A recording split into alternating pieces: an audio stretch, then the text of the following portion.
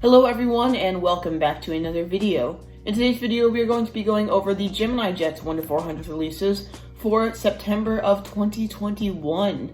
Once again, I am very excited for these releases. We do have some very nice models, and then there's one in particular that I'm super looking forward to. So without any further ado, we're going to go ahead and get straight into it with our first aircraft. We have an Alaska Boeing 737-900ER in the R Commitment livery. Once again, this is kind of just like an equality livery. It's very nice looking livery, really unique. We don't usually see fully black themed liveries for aircraft, so it's always just really unique sight to see. But once again, very nice, and it's great to see this from Gemini. We did get this from NG last month though, so not as exciting as it would be. Next up, we have another Alaska Boeing 737-900ER, this time in the One World livery. Great to see Gemini Jets on it with the Alaska 739s, although a few months too late with NG. But once again, still nice to get this from Gemini Jets, and it's pretty simple livery, but pretty cool. Next up, we have an Atlas Air Boeing 747-400 freighter in the open/closed doors configuration. I didn't know they had a mold of the open-closed doors for the 747-400, so pretty cool to see this. Once again, Atlas Air have a pretty unique livery, but won't be picking this up because don't really have a reason to.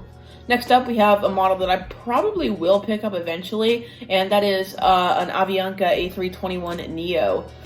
So Avianca do fly to Newark, but they're not flying there right now. And I doubt this model will sell out that fast because this isn't the most desirable model ever. But once again, still great to see an Avianca new livery model. Their new livery is very nice looking, so I will pick this model up eventually, but for the time being, I'm going to pass it up. Next up, we have a Cayman Airways Boeing 737 MAX 8. Pretty unique model to get. I didn't know Cayman Airways had the 737 MAX 8s. I didn't really know much about Cayman Airways in the first place, so that's really no surprise. But once again, it's great to see Gemini Jets releasing more 737 MAXs, and Cayman Airlines is an airline I don't believe we've gotten one from yet. Although, of course, they've also been doing some re-releases of airlines we already had them from. They're larger airlines, but still a pretty cool model to get. Next up, we have a Delta Airbus A350-900 in the Delta Spirit livery. Basically, this is just Delta livery with a little Delta Spirit sticker down by the cockpit windows, but pretty cool. This is basically just a re-release of the Delta A350, so pretty nice to get. Pretty cool. NG did recently release one of these, but still great to get one from Gemini Jets for the people who prefer buying from them. And I should mention there's also a flap/stats extended version of that, which costs $5 more. I misread that. I thought that said, I thought it was going to be $15 more, and I was like, whoa, that's way too much. But in any case, moving on, we have a Hawaiian Airlines Airbus A321neo, and once again, this is just a basic Hawaiian 321neo. But it's re-released, which is great to see because the old release of this has just kind of gotten to the point where it's hard to find. It sold out a few months ago, but you could still find it for a good deal on eBay. And just in the past month, it's now to the point where you can't find it anymore. So Gemini Jets are perfect timed on that one with the re-release. But yeah. Once again, pretty basic, but still pretty cool. Next up, we have a Southern Air Boeing 777 freighter. I definitely love to see these because the half DHL liveries, because we do get these up in Cincinnati a ton, because of course Cincinnati is DHL's largest U.S. hub. So pretty cool to see Gemini Jets releasing this. Not something we get a ton.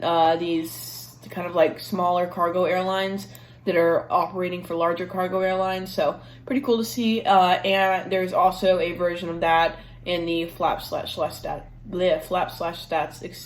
extended. I can't talk today. So once again, pretty unique to see. They're really going on with these flaps extended 1-400 models. but I guess some people are buying them, so that's pretty cool. Next up, we have probably the most exciting model of the releases, and sorry, and the only one that I will be picking up for these releases, and that is the Southwest Boeing 737 MAX 8. Once again, so great to see this re-released. These do come to Providence at least once a day, sometimes a few times a day, and once again, always a great model to have for the future, as Southwest are eventually going to be replacing their entire fleet with MAX series aircraft. So definitely going to be picking this one up, and it looks pretty nice, although the color does look a bit off just looking at the promo pictures. So we'll have to see if that trend continues in the actual model. Next up, though, we have a Turkish Airlines Boeing 787-9. I'm surprised this wasn't an A330, because Gemini jets tend to compete with NG models a lot on this kind of thing, and NG have just released an A330, so, and I don't think Gemini jets have ever released a Turkish A330, so it would have been interesting to see them release an A330. I personally would have preferred that, but I mean, it's a 787, so it's still pretty cool to see, but they don't have as many of these as they do the A330, so they're a much rarer aircraft for sure, but still pretty cool to see. And then there's also a flap/slats extended for that. Really going all out with the flaps down versions of 1-400 aircraft this month. And then finally, we have our final aircraft here, which is going to be a UPS Boeing 757-200. Once again, this is a great re-release to get. I say re-release, but it is slightly different than the last one. But still pretty cool to see, because the old one of these, which I do actually own, is getting pretty rare. It's been a few years since we've gotten this, so really great to see. The only difference between this one and the other one is that it has the alternate engine type, the Rolls-Royce, just kind of like the slid back engines. I believe the other ones are Pratt & Whitney's. I could be wrong on that, but these are the Rolls-Royce engines, so I know that for a fact. Pretty cool to see. Other than that, it's exactly the same, and then registration, of course. But pretty cool model to get. I'm probably not going to be picking this up because, as I said, I don't do a UPS hub. So I don't really need to have more than one UPS 757. So probably going to pass this one up. But still really cool to get for all the people that are lacking this aircraft in their fleets.